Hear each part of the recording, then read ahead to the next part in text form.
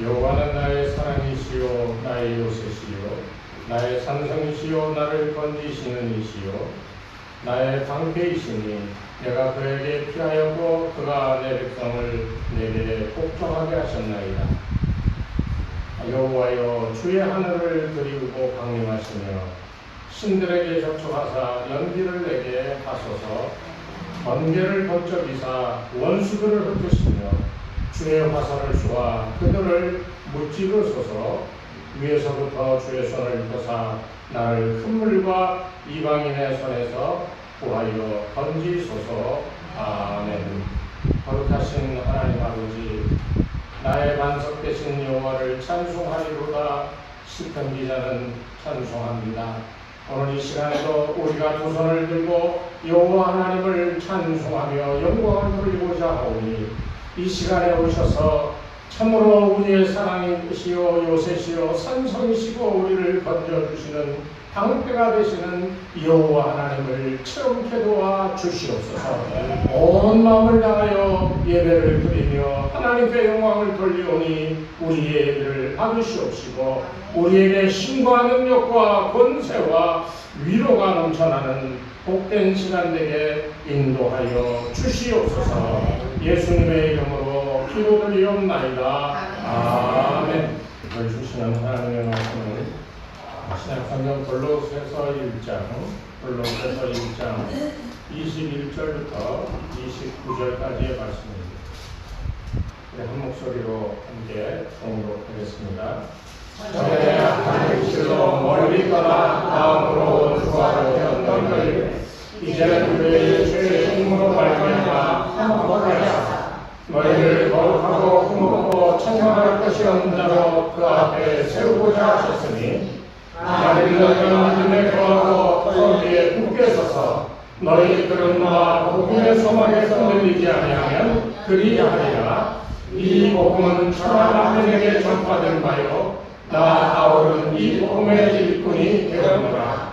나는 이제 너희를 위하여 하는 괴로움을 기뻐하고 그리스도의 남은 고난을 그의 몸된 교회를 위하여 내 일체에 채우노라. 내가 교회의 일꾼 된 것은 하나님이 너희를 위하여 내게 주신 직분을 따라 하나님의 말씀을 이루려 함이니라. 이 비명은 만세와 만명으로 감추어졌던 것인데 이제는 그의 성도들에게 나타났고 하나님이 그들로 하여금 이 비밀의 영광이 이방인 가운데 얼마나 풍성한지를 알게 하려 하시니라. 이 비밀은 너희 안에 계신 그리스도시니 곧 영광의 소망입니다. 우리가 그를 전파하여 각 사람을 변화하고 모든 지혜로 각 사람을 가르치면 각 사람을 그리스도 안에서 완전한 자로 세우려 하리니 이를 위하여 나도 내 속에서 능력으로 역사하시는 이의 역사를 따라 힘을 다하여 수고하노라. 아멘.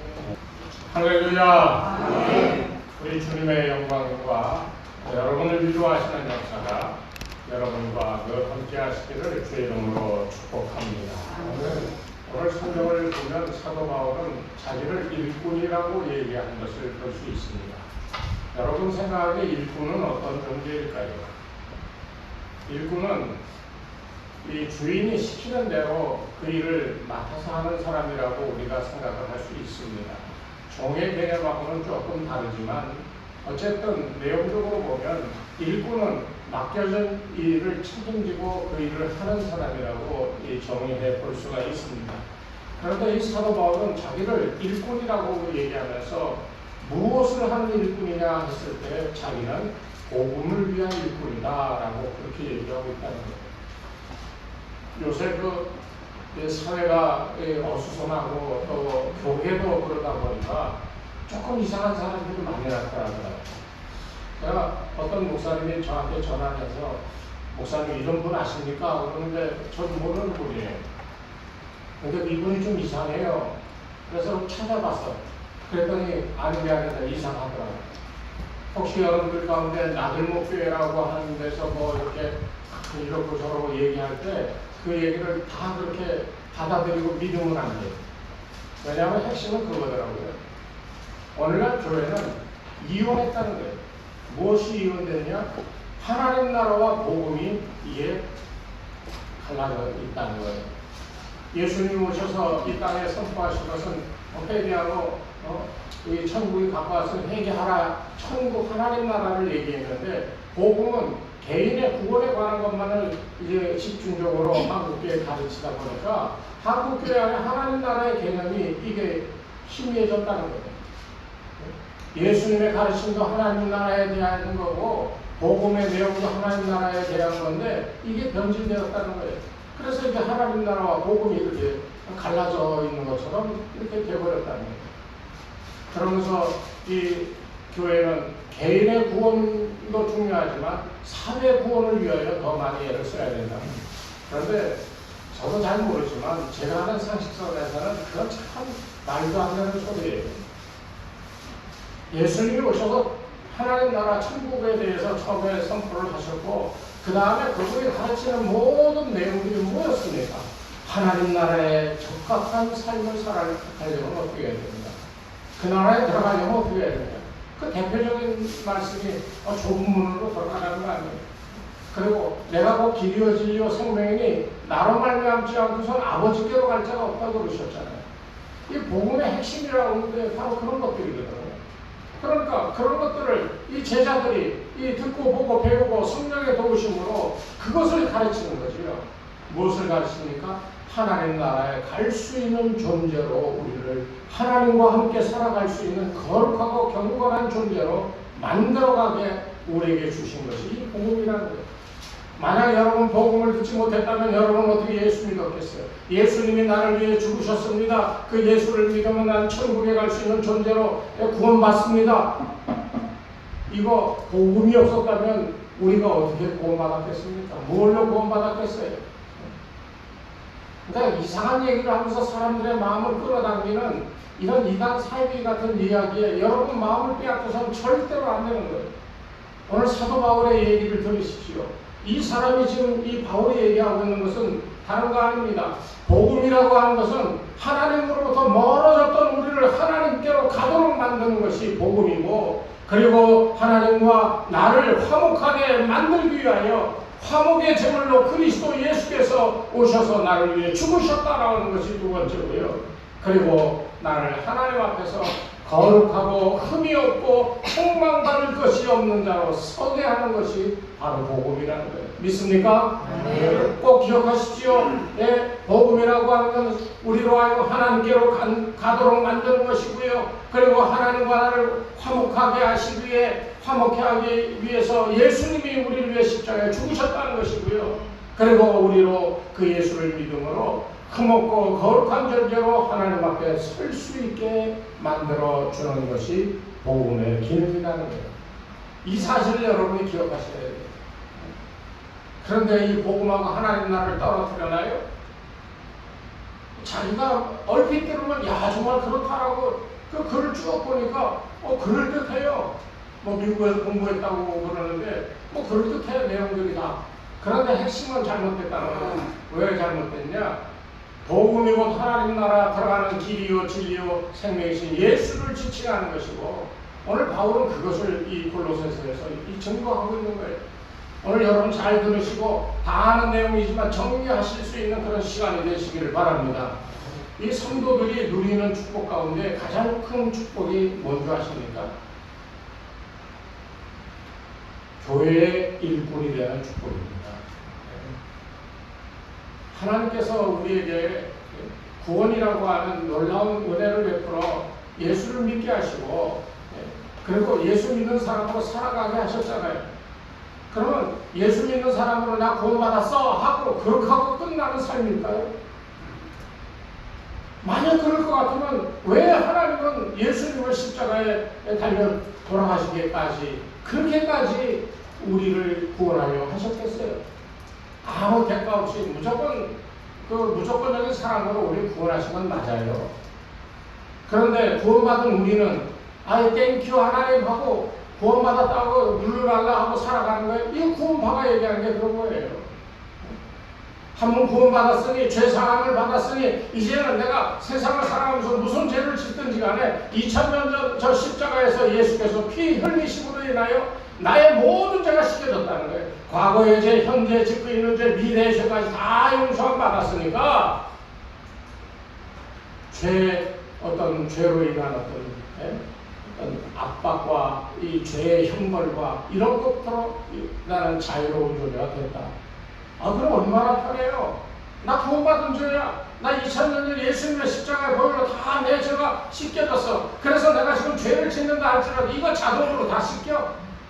얼마나 편해요. 만약 정말 그렇다고 한다면 나는 참 멋있게 살았을 것 같아. 마음에 일어나는 욕망들을 다 잘라버리고요. 하나님의 복음을 전하고 이런 일 아닌 것은 아니다라고 떠들고 싸우고 하는 이런 일을 안 하고 그냥 나 편한 대로 나 원하는 대로 멋있게 살았을 것 같아요. 왜? 이미 다 지금도 그렇고 미래에 저지른 죄까지 다 용서함 받았다고 하니까 이렇게 편리하고 좋은 게 어디 있습니까? 그러나 그런 게 아니에요. 왜 성화의 삶이 필요한가? 죄사함 받아 거듭났어요. 거듭난 사람도 죄를 짓잖아요. 살아가면서. 거듭난 사람에게 유용한 한 가지는 성령이 나를 인도해 주신다는 거예요. 그래서 내가 죄를 지으면 죄를 깨닫게 하시고 그 죄를 용서함 받기 위해 회개하는, 이것은 구원을 위한 회개가 아니라 거룩하여져 가기 위한 회개, 성화를 위한 회개라는 거예요. 그래서 날마다 이 죄를 깨닫고 용서로 함을 받고 그러면서 하나님 앞에 심판하는 날 그날을 향하여 우리가 걸어가는 삶이 성화의 삶입니다. 그러니까 여러분 그 삶 속에 뭐가 있어야 될까요? 나를 불러 나를 용서하여 주시고 내 허물과 죄가 있어도 주여 내가 잘못했습니다 하고 용서를 구하면 그래 다시는 그러지 마라 용서해 주시는 그 사죄의 은총을 입으면서 우리가 해야 될 게 뭘까요? 용서해 줄게. 그래 알았습니다. 이제 다 그리고 또 다시 생활 속으로 돌아가나요? 옛 습관으로 돌아가나요? 그리고 다 저질러 놓고 나서 또 하나님 일어나요? 용서함을 받은 사죄의 은총을 이 마음속에 또 실제로 체험하는 사람들의 삶은요, 감사와 그를 위한 봉사와 헌신이 따라오게 되는 거예요. 교회에서 무조건 너 뭐해 이거 아무리 해봐야 소용없어요. 그것을 체험한 사람, 그 은혜가 경험되어지지 못한 사람은 절대로 봉사하거나 헌신하거나 자기를 드릴 수가 없어요. 그래서 이 교회에 그리스도의 일꾼이라고 하는 것은 얼마나 중요한지 몰라요. 권사로 장로로 집사로 세웠다고 여러분이 다 일꾼 된 것 같죠? 그 일꾼 되는데 도대체 뭘 하셨습니까? 교회를 위해서. 나와서 청소를 한번 해보셨나요? 아니면 와서 의자를 한 번씩이라도 닦아보셨나요? 아니면 주방에서 이것저것 하면서 성도들을 대접해 보셨나요? 하는 사람들도 있지요. 그 은혜를 받고 살아간다고 하면 우리 도대체 뭐를 했습니까? 주님을 위해, 교회를 위해 뭘 했어요? 교회를 위하여 주님을 위해 못하기 전에 먼저 생각나고 먼저 해야 될 것은 나를 위한 것이고 내 가족을 위한 거, 내 가정을 위한 거지 정말로 주님을 위하여 여러분이 다른 어떤 것보다도 먼저 행하셨던 것이 뭐가 있냐는 거예요. 이 주님의 교회의 일꾼이라고 하는 사람은요, 자기 할 일, 자기를 위한 것들이 있어도 먼저 주의 명령이 떨어지면 주의 말씀 따라 그것을 먼저 순종하는 이런 삶의 자세가 있는 사람이 일꾼으로서의 자격을 갖추게 되는 겁니다. 이게 왜 가능한가? 오늘 25절 말씀에는 그렇게 얘기하고 있어요. 내가 교회의 일꾼 된 것은, 바울이 얘기한 겁니다. 나 교회의 일꾼이 되었어. 그런데 그 일꾼이 되어진 것은 하나님이 너희를 위하여 내게 주신 직분을 따라 하나님의 말씀을 이루려 합니다. 이 말씀이 두 가지가 이렇게 겹쳐 있는 말씀입니다. 이 말씀의 핵심은 그런 겁니다. 여기 하나님이라고 하는 말이 나오는데, 그런데 이 교회의 일꾼자의 축복은 하나님이 우리를 일꾼으로 부르셨다는 거예요. 이게 가장 중요한 첫째 의미입니다. 일꾼은 내가 하겠다고 해서 나서는 게 아니라 우리 교회 지난 이 거쳐간 사람 가운데 자기가 뭐 해보겠다 열심히 했던 사람 지금 남아있는 사람 있나요? 한 사람도 없어요. 자기가 하는 게 아니에요. 교회 일꾼은. 교회 일꾼은 하나님이 부르시는 거예요.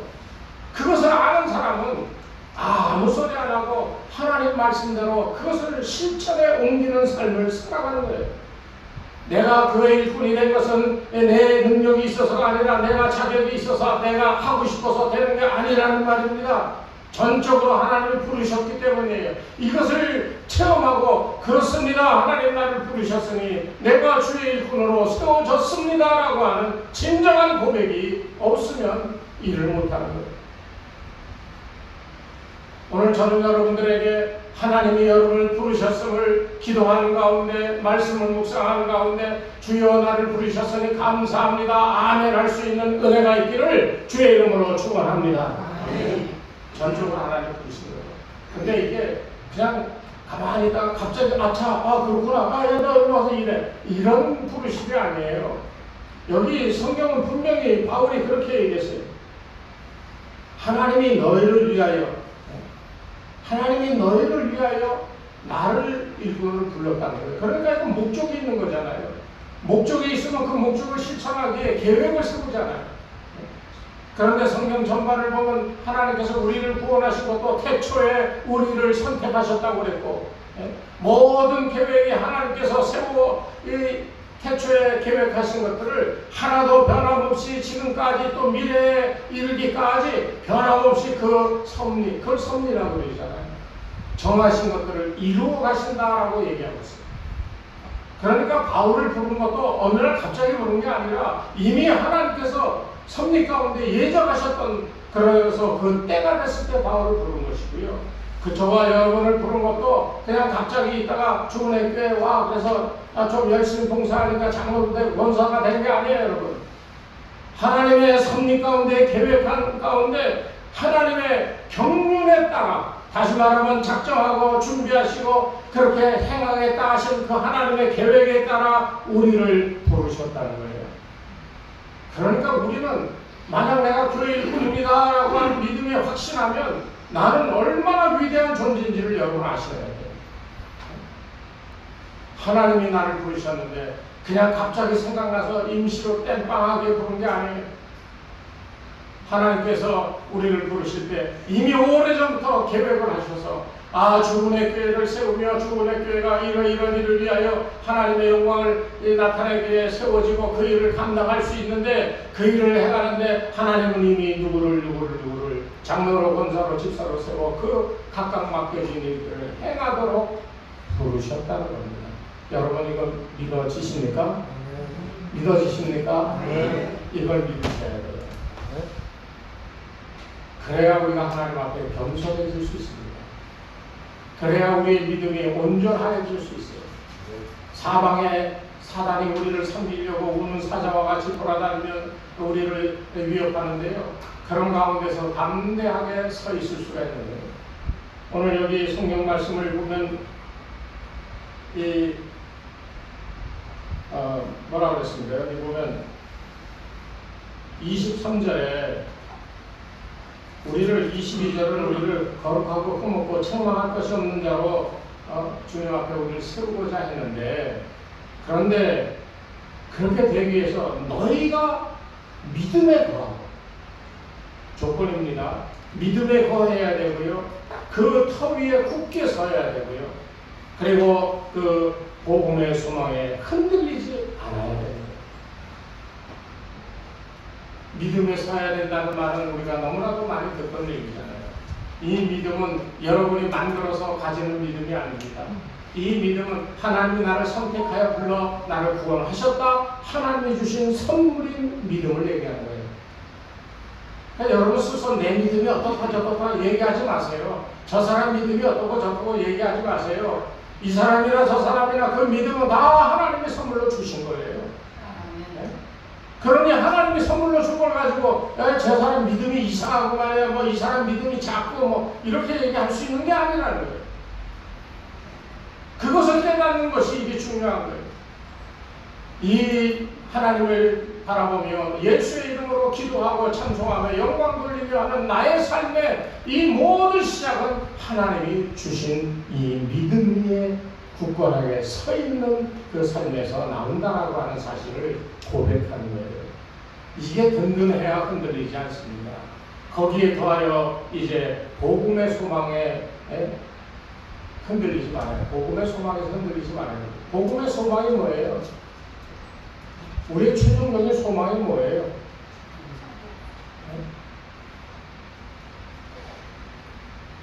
어제 그 발목이 시원찮아가지고 저기 좀 걸으려고 갔다 오다가 발이 아파. 그래서 파스를 하나 사려고 저기 약국을 갔어요.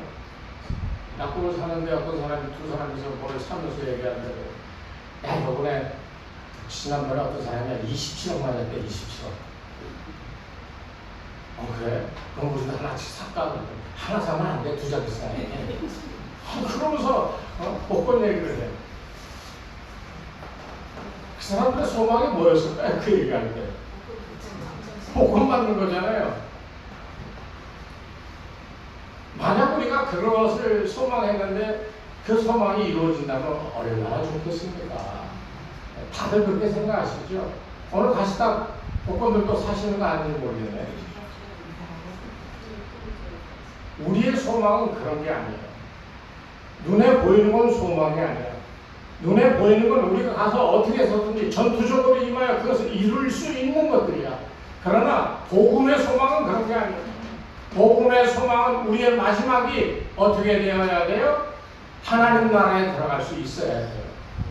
그러기 위해서는 복음이 우리를 가르치며 살라고 명령하는 대로 우리가 살아야 돼. 그래서 마지막에는 우리의 힘으로가 아니라 예수로부터 하늘로부터 내려온 새로운 장막을 입고 예수로 옷 입고 하나님 앞에가 하나님께서 내 아들 왔구나 그럼 통과 이렇게 해서 천국 들어가는 거예요.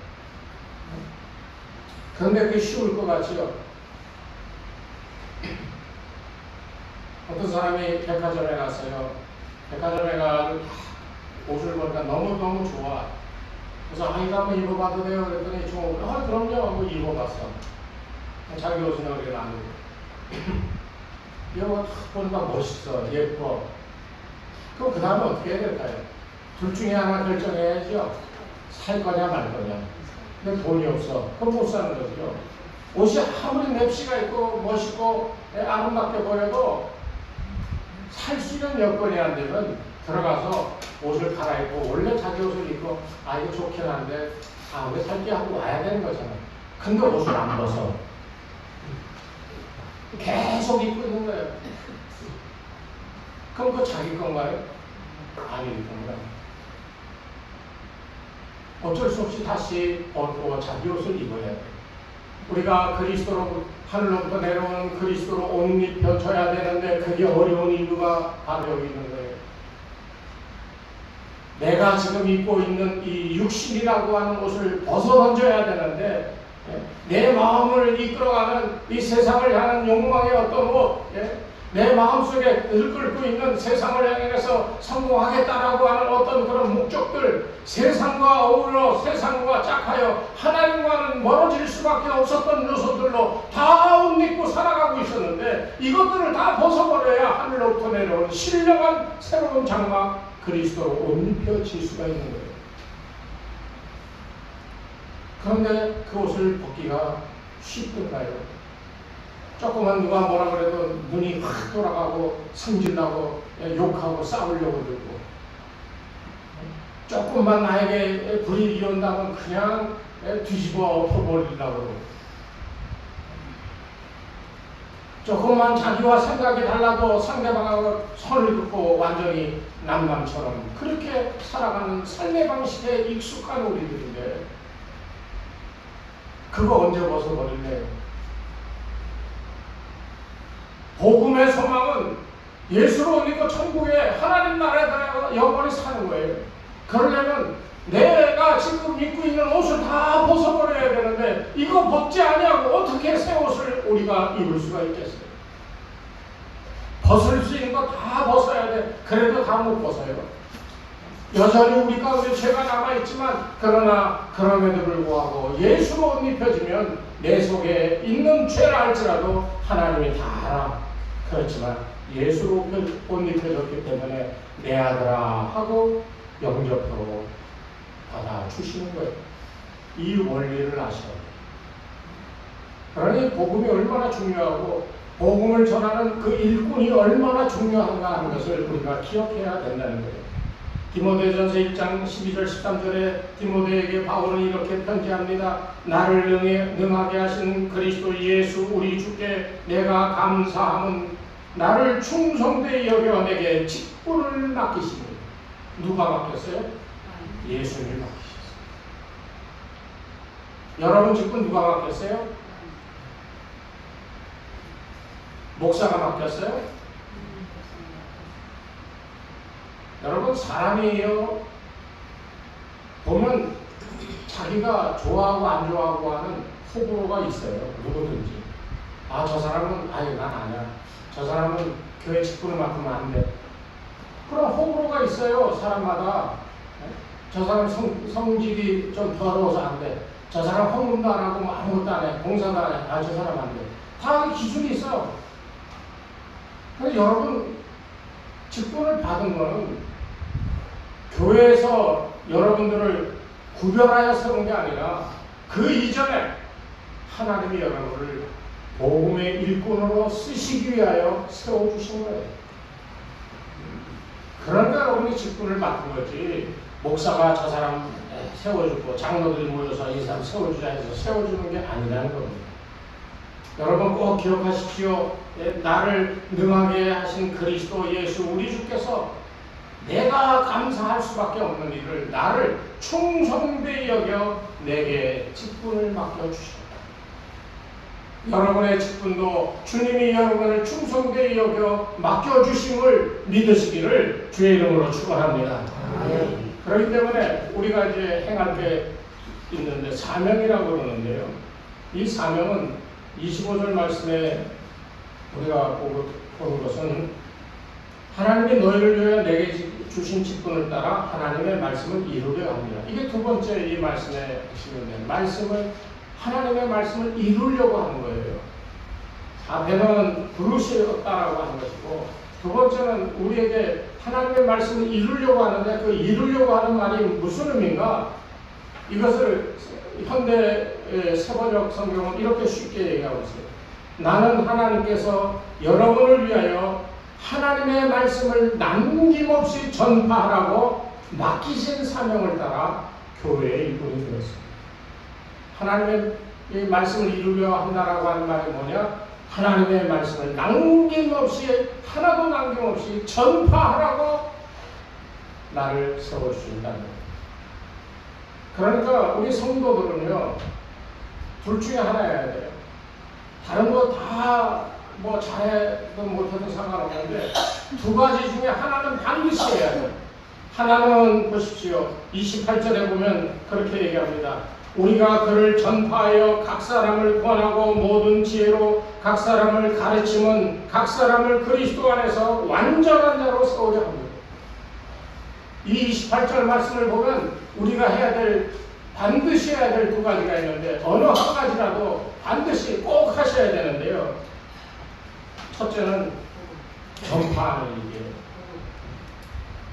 우리가 그를 전파하여 그가 누굽니까? 예수 그리스도입니다. 그의 나라입니다. 그의 복음입니다. 이거 전파하는 일을 행하는 것이 첫 번째고요. 두 번째 옵션이 그 다음에 나와. 그 다음에 나오는 게 뭐냐? 비밀을 소유한 사람들을 완전한 자로 세우는 거예요. 여기 비밀이라고 하는 것은 뭡니까? 예? 여기에 얘기하고 있는 비밀은 27절에 나오는데 하나님이 그들로 하여금 이 비밀의 영광이 이방인 가운데서 그랬어요. 이 비밀의 영광이라고 그랬어요. 그 비밀의 영광을 전하는 것이고요. 그것을 체험한 사람들이 다른 사람들에게 그것을 가르쳐 권하여 그 사람들이 올바르게 서게 하기 위하여 우리에게 직분을 줬다는 거예요. 그러니까 간단하게 얘기하면 그거예요. 말씀을 증거하거나 아니면 다른 사람을 올바르게 바르게 믿음으로 세우는 이 일을 하던가 둘 중에 하나를 반드시 해야 된다는 거예요. 여러분, 뭐 쉬운 일이 어느 거라고 뭐 딱 쉽다고 얘기할 수 없어요. 그러나 분명한 일은 우리를 일꾼으로 주님이 부르셨을 때에는 바로 이 두 가지 가운데 하나를 우리로 하여금 맡아서 행하라고 그러신 거예요.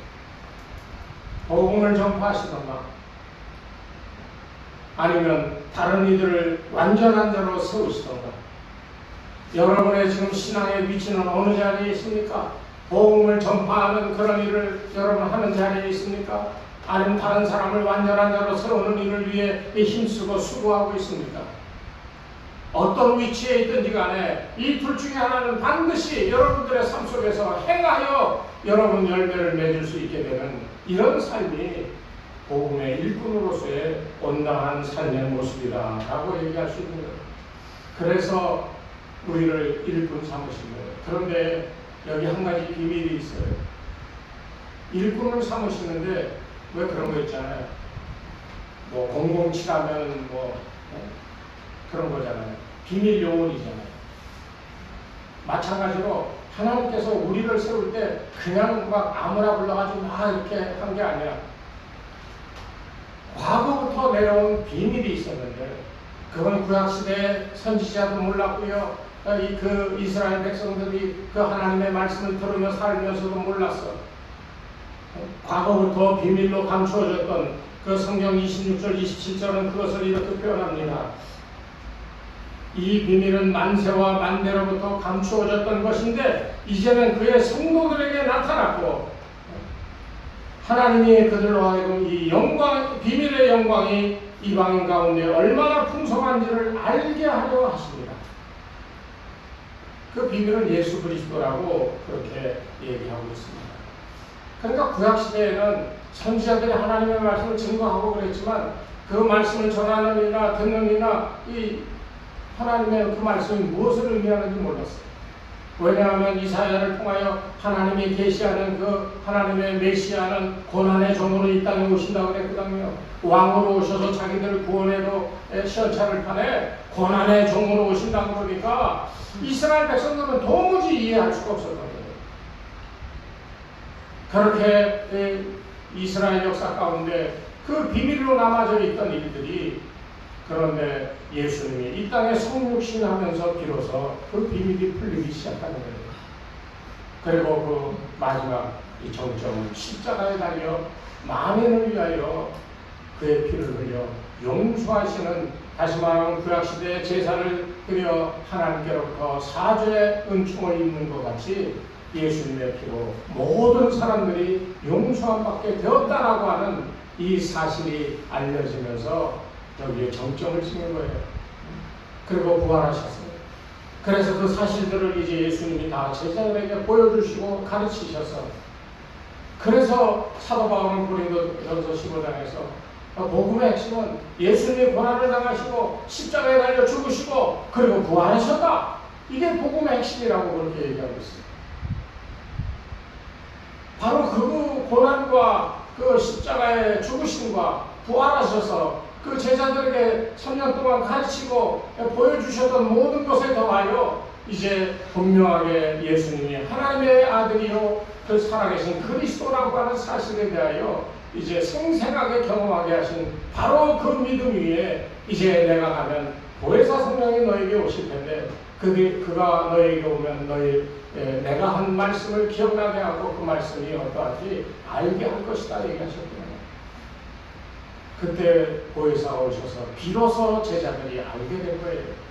그냥 머리로만 지식으로만 알던 거가 이제는 자기의 삶 속에 가슴 속에서 이런 것이구나 하고 삶의 지혜를 터득하게 되고 믿음의 이 복음의 핵심이 뭔가 어떻게 해야 될지를 알게 되어 이 문을 열고 뛰쳐나가 복음을 증거하게 되었다고 해요. 복음을 전파하는 일은 그런 겁니다. 그냥 우리 전도지들은 예수 믿으세요. 물론 그게 중요해요. 그런데 그 이전에 바로 이런 체험들이 우리 가운데 있어야 제대로 복음을 전하는 거예요. 한 사람이라도 딱 전해놓고요. 기도하고 내가 받은 은혜, 그 은혜가 어떤 거예요? 죄사함의 은혜, 내 삶을 도와주시는 하나님의 이 도와주시는 은혜, 뭐 이런 은혜를 체험하지 못하고서 어떻게 그 은혜를, 그 복음의 핵심을 전할 수 있겠어요? 그러니까 복음을 전하는 거, 이건 비밀스러운 일인 거예요. 그 비밀을 알아야지만은 복음을 바르게 전할 수 있고 또 다른 사람을 온전하게 세울 수 있는 그 일도 마찬가지입니다. 오늘 이 시간에 저는 여러분들을 위해 그렇게 권하고 싶습니다. 결정하십시오.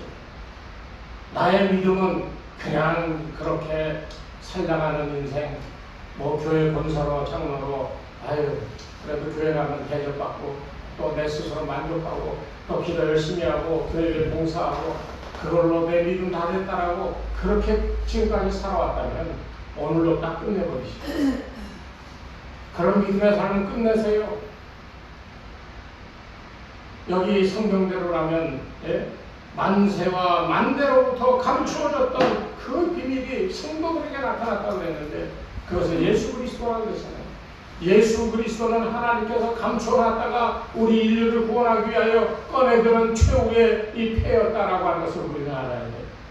그러니까 그 나타나신 그리스도를 꼭 붙들고 그를 체험하고 그분이 무엇을 우리에게 가르쳐주고 우리로 하여금 어떻게 행하도록 인도하셨는가 하는 것에 우리를 목숨을 걸고 붙들어야 되는 거예요.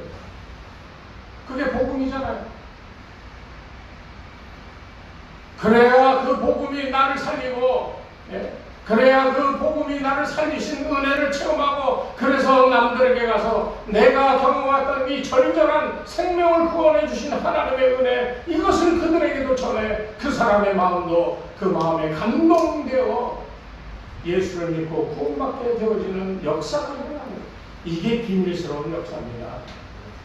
눈에 보여지는 거 멋있게 하고 와서 전도지 주고 뭐 선물 주고 이게 아니라 내 속에 흐르는 그리스도의 역사, 성령께서 나를 강력하게 주장하여 나로 하여금 예수를 증거하지 않으면 안 될 나야가 받았던 과거에 하나님의 함께했던 기적같은 삶의 역사들, 지금도 살아 역사하며 내 마음을 뜨겁게 달구며 복음을 전하게 하시는 성령의 역사, 이 내 속에 보이지는 않지만 비밀스럽게 내 안에서 역사하시는 그 하나님의 본능의 역사를 이것을 체험하지 않고서는 복음을 다르게 증거할 수가 없다는 거예요.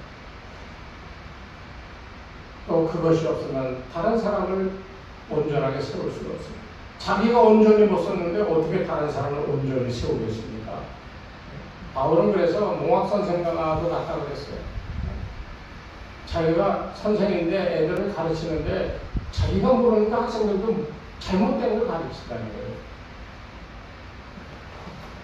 저는 여러분들이 그런 잘못된 것을 잘 이해하지 못한 것을 온전치 못한 것을 다른 사람들에게 강요하거나 가르치거나 그래서 다른 사람들까지 불완전하게 만드는 이런 일이 없었으면 참으로 고맙다 하는 생각이 듭니다. 은혜를 받으십시오.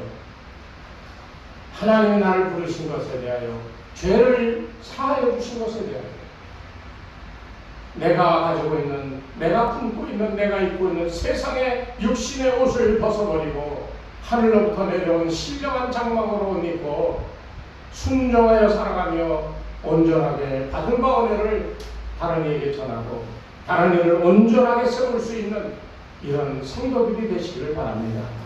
우리 주은혜 교회가 생긴 것은 정말 그런 의미가 있어요. 우리 오대영 장관은 잘 아실 거예요. 정말 이런 목적을 가지고 우리가 생긴 교회인데 자꾸만 이런저런 문제로 우리가 투닥거린다면 얼마나 서러겠습니까? 이제 우리가 한 가지 목적을 가지고 하나님의 은혜가 체험되어지는 교회, 하나님께 감사하며 진정으로 영광 돌리는 교회, 그래서 내 속에 역사하는 성령으로 인하여 복음을 전하고 다른 이들을 온전케 바르게 세우는, 굳건하게 세우는 그런 교회로 자라가는 오늘로부터 새로운 역사가 시작되어지는 그런 교회, 그런 여러분들이 되시기를 주의 이름으로 축원합니다. 하나님 아버지 감사합니다. 부족하고 연약한 인생을 우리를 붙드시고 아버지 하나님 은혜 베풀어 주의 은혜를 깨닫게 하시며 구원받은 백성임을 체험케 하시니 감사를 드립니다. 오늘 사도 바울 말씀을 통하여 아버지 하나님 이제 우리가 바울처럼 그리스도의 남은 고난을 우리의 몸으로 내 육체에 채우노라 하였던 것처럼 아버지 하나님 구원받기 위해서 필요한 고난은 더 이상 없습니다. 주님께서 십자가에서 그 고난을 다 당하셨기 때문에, 그러나 남은 고난은 그 주님이 남기신 것들, 그 복음의 말씀들, 천국을 향하여 가는 그 귀한 길을 전하기 위하여 그 수고와 노고와 그 고난이 따를 수밖에 없는 것을 우리로 깨닫게 하여 주셔서 우리가 우리의 육체로 그 고난을 감당할 수 있는 그런 믿음의 사람들이 다 되게 인도하여 주시옵소서. 이제는 우리 주 예수 그리스도의 은혜와 하나님 아버지의 무한하신 사랑하심과 성령님의 감화감동 인도하심이 이 시간 머리 숙인 주의 백성들 위에, 저들의 가정과 자녀들과 그 생업 위에, 이 교회 위에 이제로부터 영원토록 함께 하옵시기를 간절히 축원하옵나이다. 아멘.